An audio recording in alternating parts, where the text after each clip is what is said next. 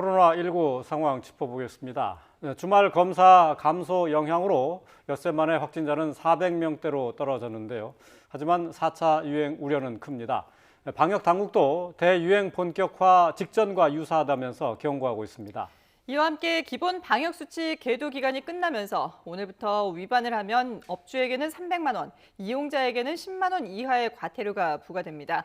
자세한 내용은 유재복 해설위원, 김경우 인제대 백병원 가정의학과 교수와 함께 살펴보겠습니다. 안녕하십니까? 네, 안녕하세요. 안녕하세요. 자, 닷새 동안 500명대였다가 어제는 400명대로 내려왔네요. 대개 이제 월요일에 발표되는 일요일 발생 상황이 그 주에서 가장 환자 수가 적습니다. 네. 그런데 오늘은 473명이니까요. 지난주에 비해서 100명이 많고 비교적 환자 발생이 적었던 2월, 3월 중순까지보다는 150명 정도가 많습니다. 그리고 지난주 내내 추세를 보게 되면 이제 500명 정도가 기준선이 될 가능성이 매우 높아졌다. 500명을 기준으로 환자 수가 올라갈 가능성이 매우 높다. 이렇게 지금 평가를 할 수 있고요. 네. 지난주에 하루 확진 환자가 477명 정도 됐으니까요. 본격적으로 환자가 올라가는 그런 수순을 밟고 있다는 관측이 상당히 유사합니다. 네. 그러니까 400명대로 떨어지긴 했지만 휴일 검사 건수가 줄었기 때문인 거잖아요. 그렇죠. 어제는 뭐 2만 건이 안 됐으니까. 예. 그래서 확진율은 뭐 원래 이제 이 휴일에 주말 휴일에는 확진율이 높은데요. 네. 그러니까 지난 토요일은 2.7%고 어제는 2.4% 정도 됐습니다. 예. 네. 자, 이 환자가 조금씩 계속해서 지금 늘어나고 있는데 크게 큰 폭으로 늘어나는 건 아닙니다만은 계속 늘어나고 있는 것도 우려스러운 상황이긴 하지만은 이것 말고도 수도권 이 전체적인 비중에서 수도권 외의 지역에서의 환자 발생이 계속 늘고 있어요. 이것도 큰 위험 요인이죠. 네, 그렇습니다. 이미 그 지역사회의 많은 광범위한 전파가 비수도권까지 이어지고 있고 집단 감염이 대규모로 일어났던 초반에 비해서 최근은 이제 일상생활 곳곳에서 산발적으로 조용한 전파가 계속 일어나고 있다는 점이 지난 11월 상황하고 좀 유사한 상황이 돼서 좀 많이 우려가 되고 있는 상황으로 보이고 있고요. 그리고 그때와 또 다른 점은 그 작년 11월 같은 경우에는 우리가 거리두기를 하게 되면은 주로 다중이용 시설의 운영을 제한하면서 사회적 거리두기를 강제할 수가 있었는데 최근에는 그 영업하시는 분들의 경제적인 피해 문제 때문에 지금 어떤 사회적 거리두기를 할 수 있는 유일한 수단은 밤 10시까지 운영 제한 그리고 5인 이상 사적 모임 금지 네. 그 정도가 있고 거기에 추가적으로 이제 원스트라이크 아웃제와 같은 행정 조치를 좀 강화하려는 노력 정도까지가 이제 작년에 비해서 좀 불리한 점이라고 봐야 될 것 같고요. 네. 또 이제 최근에 또 이제 변이 바이러스가 또 작년 11월과 달리 최근에 또 유행할 가능성이 있다라는 것이 좀 대유행에서 좀 불리한 점이 될 수 있을 것 같고요. 네. 그다음에 또 이제 날씨가 좀 따뜻해지기 때문에 우리가 이것을 이용해서 조금 더 환기를 좀 더 적극적으로 열심히 하고 그것이 이제 11월보다는 또 유리한 점으로 우리가 이용할 수 있을 것 같고요. 또 이제 미미한 수준이지만 이제 고위험군 대상으로 백신 접종을 시작하고 있고 이제 이번 2분기 4, 5, 6월 달에는 65세, 75세 이상 어르신들이 접종을 시작하실 것이기 때문에 조금 더 접종 속도를 빨리 많은 분들이 하시면서 조금만 더 거리두기를 유지하시면은 우리가 이제 4차 대유행을 좀 최대한 저지할 수 있는 그런 유리한 점도 좀 있을 것 같습니다. 네. 네. 그러니까 지금 상황이 지난 11월 그러니까 이제 3차 대유행이 시작하던 그 시기와 비슷하다라고 분석을 해주셨는데 그러면은 어떻게 보면 지금 이 시기가 4차 대유행이 시작되는 시점이라고 봐도 되는 건가요? 어떻게 봐야 될까요? 네, 그렇습니다. 이제 우리가 이제 어떻게 하느냐에 따라 달려 있는데 지금 지역사회의 조용한 전파자층이 지금 많이 깔려 있다 이렇게 분석이 되고 있는데 이 지역사회 조용한 감염자분들의 어떤 감염세가 꺾이기까지는 이제 좀 많은 시간이 소요될 수가 있어서 처음에는 어떤 다중이용시설 중심으로 산발적으로 집단 감염이 생겼다가 그것이 가족이라든지 지인 또 직장이라든지 돌봄시설 또 필수적인 사업장 이런 곳으로 계속 N차 전파가 일어나면서 계속 굉장히 많은 감염이 깔려 있는 상태고 그리고 확진자 수로 확인하는 통계는 이미 깔려 있는 조용한 전파자의 일부만 확인하고 있기 때문에 네. 그것이 실제로 감소세로 이어지기까지는 좀 상당한 시간이 걸릴 수 있고 그렇기 때문에 지금 많이 깔려 있는 환자분들이 계속 추가적으로 전파를 일으키고 그것이 확진자 통계로 나타날 때는 우리가 작년 12월과 같은 그런 대규모 집단 대규모 확진자 수를 우리가 경험하게 될 수도 있는 중요한 기로점에 있다. 이렇게 봐야 될 것 같습니다. 집단 감염 사례를 좀 하나씩 좀 살펴보겠습니다. 뭐 지금까지 좀 한동안 종교 시설을 통한 집단 감염이 좀 잠잠했었는데요. 전국 순회 모임을 통해서 이 확산세가 좀 커진 사례가 있죠. 네, 그 수정교회라고 해서 전국 11곳에 자매교회라는 게 있습니다. 전국에 이제 각 지역마다 교회가 있는데요. 이 교회 교인들이 전국을 다 돌면서 자기들끼리 이제 계속해서 예배를 보는 건데 그 예배 가운데 하나에 뭐 치유 은사 집회라는 게 있는데요. 지난해 3월에 그 성남에 있는 은혜의 강이라는 교회에서도 이런 치유 모임을 가지면서 예. 치유 모임에서 이제 치유 모임이라는 게 뭐냐면 이제 환자의 병을 고치는 것이죠. 그래서 그 치유 모임을 할 때는 다른 예배와 달리 그 환자와 그 치유를 담당하는 목사 사이에 신체 접촉이 굉장히 밀접하고 또 그다음에 이제 큰 소리를 지른다든가 이렇게 해서 감염 위험이 훨씬 높은 그런 그 집회인데요. 그런 집회들을 계속해서 열었습니다. 그래서 대전에서 우선 있었고요. 예. 그 다음에 하루 이틀 사이로 또 전주에서 열렸고요. 또 하루 이틀 사이로 강원도 횡성에서 또 교회 뭐 개원 예배가 있었고 네. 그 다음 날은 또 경기도 하남에서 열리고 이렇게 지금까지 파악된 것만 한 4곳에서 이 예배가 열렸는데요. 순회 예배라는 게 열렸는데 비슷한 사람들이 참석을 다 했습니다.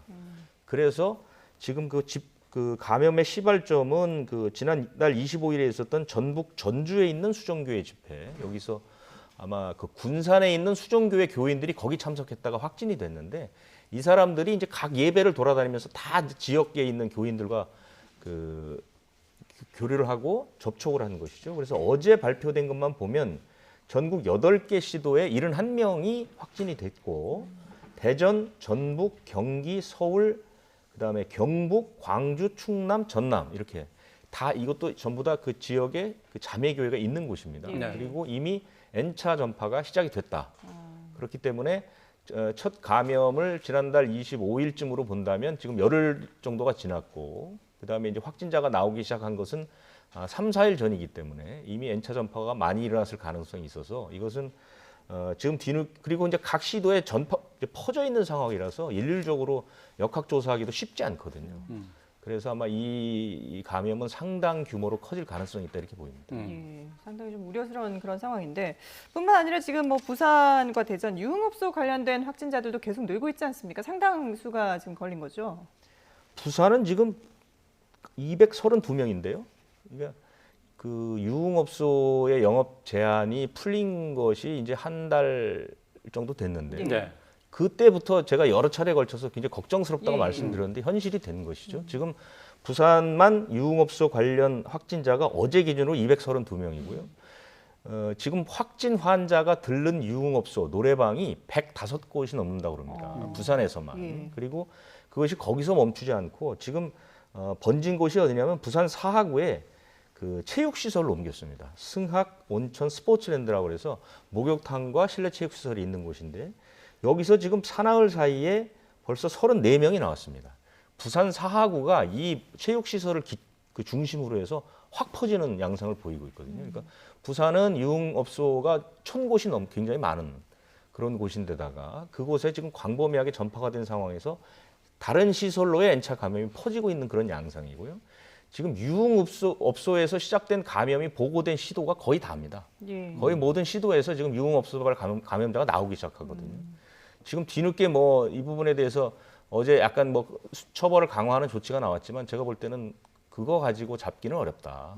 그렇게 보입니다. 네. 일단은 뭐 지금 부산에는 이제 유흥업소 중심으로 해서 이제 확산세가 거세지고 있는데 말이죠.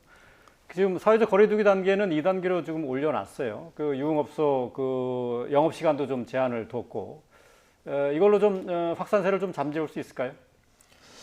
일단은 추가적인 어떤 그런 장소에서 발생은 좀 조금 줄어들 수는 있겠지만은 네. 어떻게 보면 이미 좀 위원님께서 지적해 주신 것처럼 이미 N차 전파가 진행된 상태에서는 약간 마치 엎질러진 물과 같은 상태이기 때문에 이미 퍼져 있는 지역사회 전파를 얼만큼 통제를 하는 것을 같이 할 것인가 예. 이것이 같이 좀 뒤따라야 될 것 같고요. 일단은 유흥업소에서 이미 시작된 이런 감염이 추가적으로 일어나지 않게 소잃고 외양간을 고치는 것 같지만 보다 좀 철저한 방역 관리를 하는 것이 좀 도움은 될 수 있겠는데 그동안 작년 5월에 어떤 클럽발 유행이라든지 또 11월에 1단계로 완화하면서 이런 고위험 다중이용시설 중심으로 계속 전파가 일어났던 사례들을 돌이켜봤을 때 말씀하신 것처럼 1.5단계로 완화되면서 유흥시설 또 밀집 고위험 다중이용시설의 운영 제한 시간 제한이 풀리면서 좀 많은 분들이 그쪽에서 모임을 가지시고 네. 또 특성상 또 이제 여러 군데를 다니시거나 또 출입 명부가 제대로 관리되지 않고 적극적으로 검사에 임하기 어려운 뭐 이런 복합적인 요인들이 좀 아무래도 방역 관리에 가장 좀 어려운 시설 중에 하나가 될 것으로 생각이 됩니다. 네. 근데 지금 2주도 안 된 짧은 시간에 상당히 많은 이제 확진자가 나왔는데 이게 과연 방역 수칙을 어긴 부분만 원인인지 아니면 혹시나 이게 이제 뭐 외국처럼 우리도 변이주가 이게 이미 확산을 많이 확산시키는 그런 원인이 된 게 아닌가 이런 우려들도 나오고 있거든요. 어떤 쪽이 더 맞다고 보세요? 네, 맞습니다. 그 변이주에 대한 확인도 필요할 것 같고요. 예. 근데 지금 우리가 이제 작년 5월에 경험했던 것처럼 지금 유행하고 있는 GH형의 예. 변이 바이러스 자체도 굉장히 전파 속도가 빠른 변이주였고요.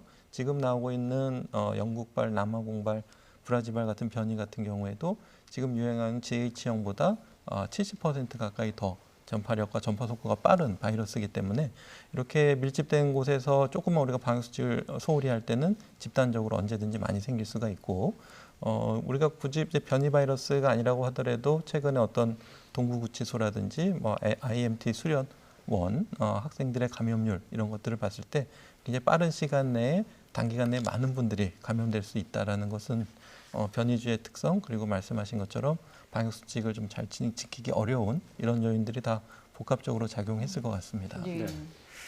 네. 지금 현재 서울 수도권에는 수도권 특별 방역 대책이 계속해서 연장해서 진행이 되고 있는데요. 그런데도 불구하고 확산세가 좀처럼 끊어지지 않고 있습니다. 어제 권덕철 보건복지부 장관이 방역 수칙 위반 업소에 대해서 무관용 원칙을 적용하겠다라고 이렇게 얘기를 했는데요. 그 얘기 잠시 들어보고 오겠습니다. 정부는 감염 사례가 많은 시설들을 중심으로 대대적인 현장 점검을 강화할 것입니다. 위반업소에 대해서는 무관용 원칙에 따라 엄벌에 처할 것입니다. 이런 위반이 다수에서 발생하는 경우 해당 업종에 집합금지를 실시하거나 운영 제한을 강화하는 조치도 실행할 것입니다. 네, 방역수칙 위반업소에 대해서 무관용 원칙을 적용하겠다. 그러니까 강력하게 처벌하겠다라는 거하고 그 다음에 이제 이 방역수칙을 제대로 지키고 있는지 이제 뭐 계도 기간이 끝나서 이제 이번 주부터는 본격적으로 이제 단속이 이루어질 텐데요. 어떤 식으로 그 진행이 될지 그 계도 기간이 끝나서 어떻게 진행이 되는지 간단하게 좀 정리를 좀 해주시죠. 지난달 말에 기본 방역 수칙이라는 걸 만들었죠. 그 전에 있었던 수칙에다가 이제 조금 더 포함을 시켜서 그런데 기본 방역 수칙은 시설에서 지켜야 할 기본 방역 수칙은 뭐 다 아는 겁니다. 네. 마스크 착용, 출입 명부, 음식을 섭취하지 못한다거나 뭐 방역 관리자를 지정한다거나 뭐 이런 내용들인데요. 예. 지금 문제는 그 어제 이제 권덕철 장관도 얘기를 했지만 처벌을 굉장히 강화하는 방향으로 계속해서 강조를 하고 있습니다. 지난 1일에도 처벌 강화하는 안이 나왔고요. 네. 그런데 이제 방역 당국의 계획이 어떻게 틀어졌냐면 사회적 거리두기 개편안이 소개가 되면서 전체적인 방역 관리의 방향이 자유를 강조하고 대신 처벌을 강화하는 방향으로 이제 두 개의 수단을 가지고 가기로 했는데 이 새로운 개편안의 기본이 되기 위해서는 확진 환자 수가 적어야 합니다. 그래야만 많은 자유를 줄 수 있는 것이거든요. 그래서 정부가 그 목표로 했던 것은 뭐 하루 지역 발생이 뭐 100에서 200명 수준 예. 이 정도로 떨어지면 전체적으로 지금 갖고 있는 5단계 거리두기보다 상당히 기준이 완화된 4단계 개편안을 적용하면서 이제 영업이나 이런 것들에 자유를 주고 대신 수칙을 어기면 강하게 처벌하겠다. 이제 그래서 들어온 게 이제 원 스트라이크 아웃제. 한 번만 어겨도 바로 집합 금지가 나오는 이런 방식으로 가려고 했는데 이것이 이제 근본적으로 어그러진 건 뭐냐면 지금 하루 확진 환자의 수가 거의 500명 단위로 올라갔다는 것이죠. 그렇기 때문에 그런 상황에서 사실은 지금까지 경험을 비추어 봤을 때 지금은 당연히 거리 두기의 단계를 올려야 합니다. 예. 그래서 일부 업종에 영업 제한이 들어가야 되거든요. 하지만 지금 상황으로서는 정부로서는 참 이러지도 못하고 저러지도 못하고 왜냐?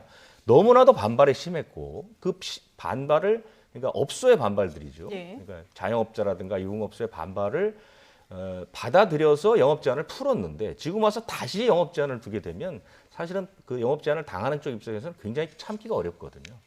그렇기 때문에 정부로서는 지금 계속해서 처벌 강화안만 계속 내놓고 있는 겁니다. 그래서 아까 말씀하신 것처럼 처벌 강화안을 굉장히 강화해서 한 번만 그 영업 수칙을 방역 수칙을 위반하더라도 바로 10일이 들어가고 4번 어기면 시설 폐쇄가 들어가는 그러니까 상당히 강한 그 처벌을 하기로 한 것이고 그다음에 이제 찔끔찔끔 방역 강화라고 해서 음식물 먹지 못하는 그런 시설들은 이제 상당히 늘렸죠. 33종까지 늘려서.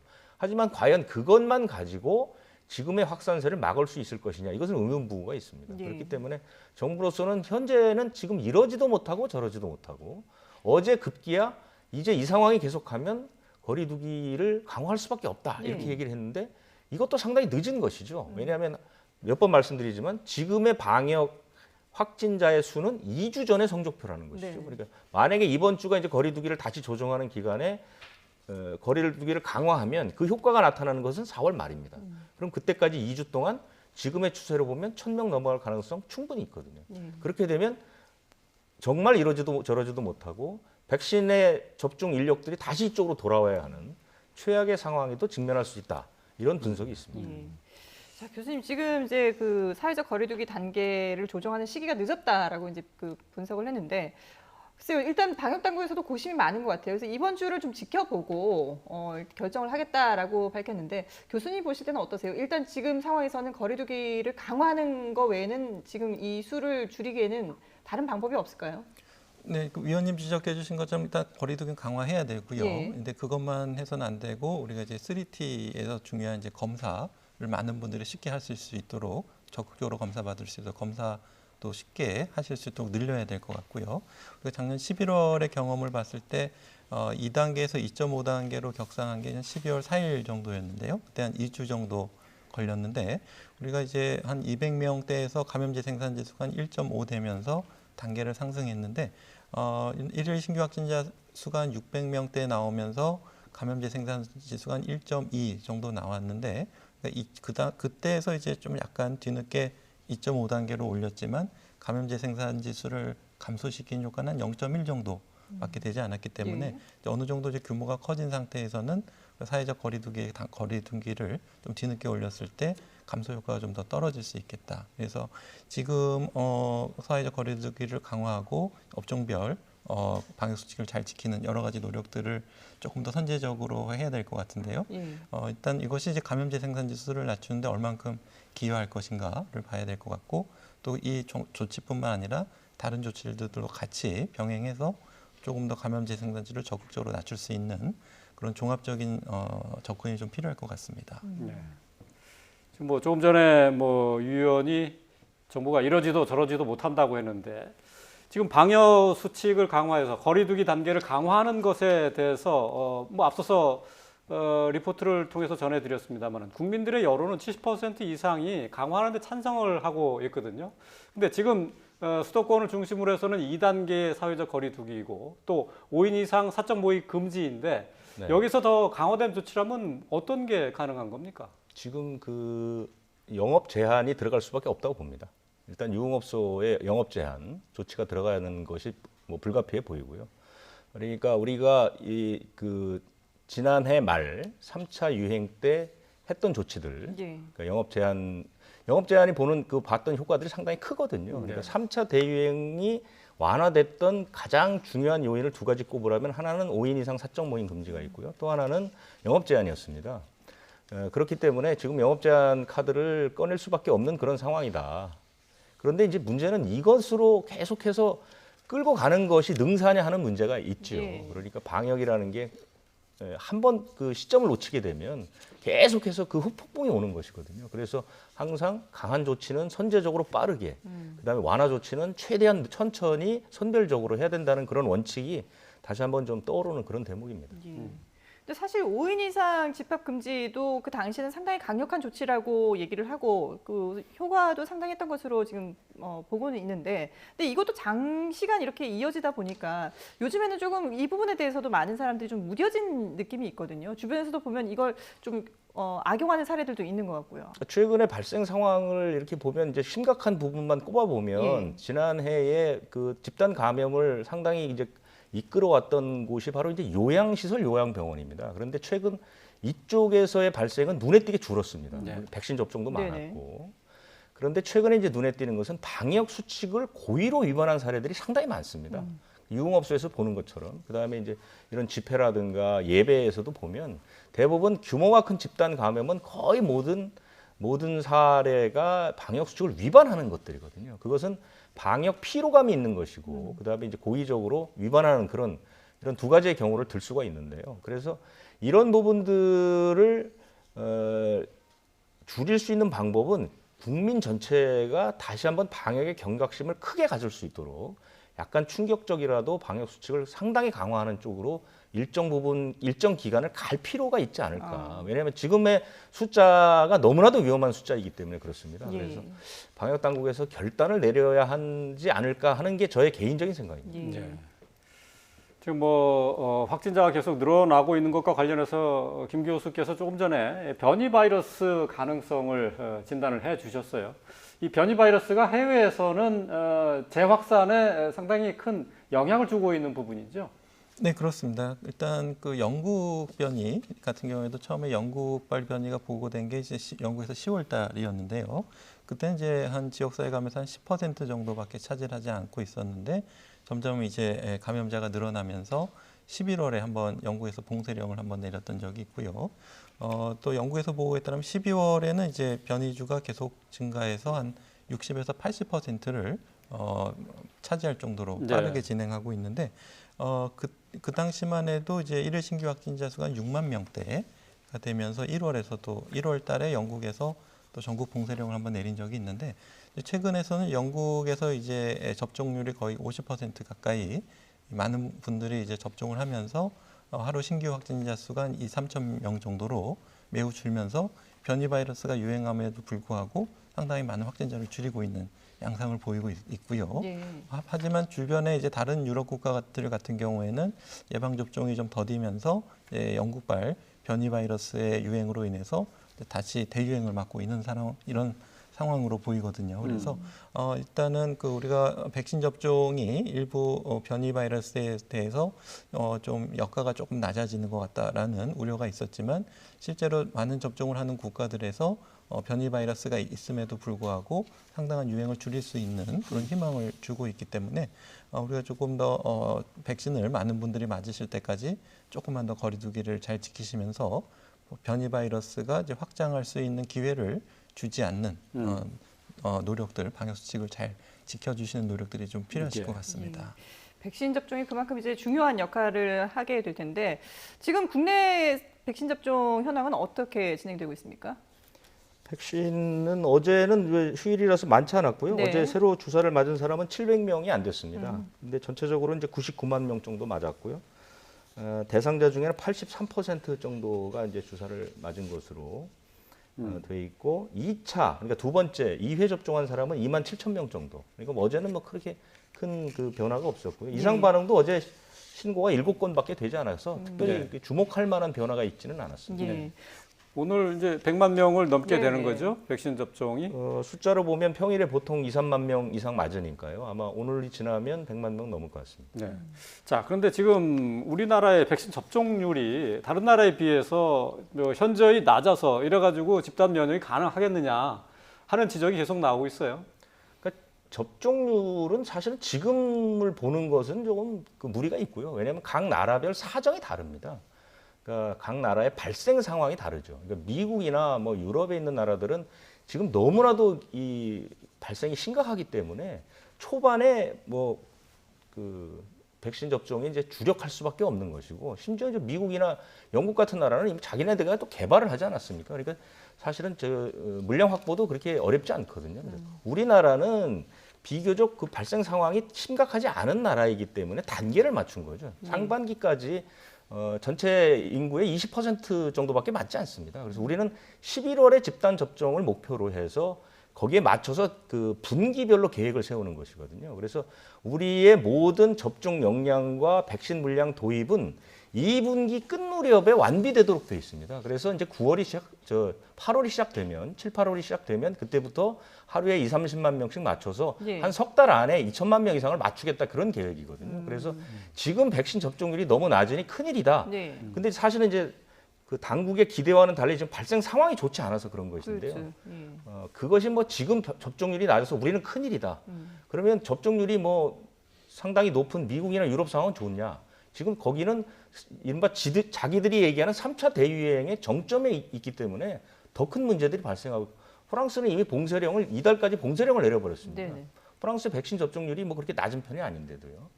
영국, 독일 다 마찬가지입니다. 그렇기 때문에 백신 접종률이나 이런 것들을 다른 나라와 비교해서 뭐 이래서 큰일이다, 저래서 좋다, 이렇게 얘기하는 것은 좀 과학적이지 않다, 이렇게 생각됩니다. 예. 이 백신 결국 뭐 우리나라는 지금 9월까지 뭐 70% 이상의 국민에게 백신 접종을 해서 11월부터는 집단 면역이 가능하도록 하겠다, 이런 목표를 세우지 않았습니까? 뭐 지금 현재 백신 수급 상황 때문에 제대로 진척이 안 되고는 있습니다만 이게 지금 가능하겠느냐 하는 논란은 계속되고 있어요. 어떻게 보십니까?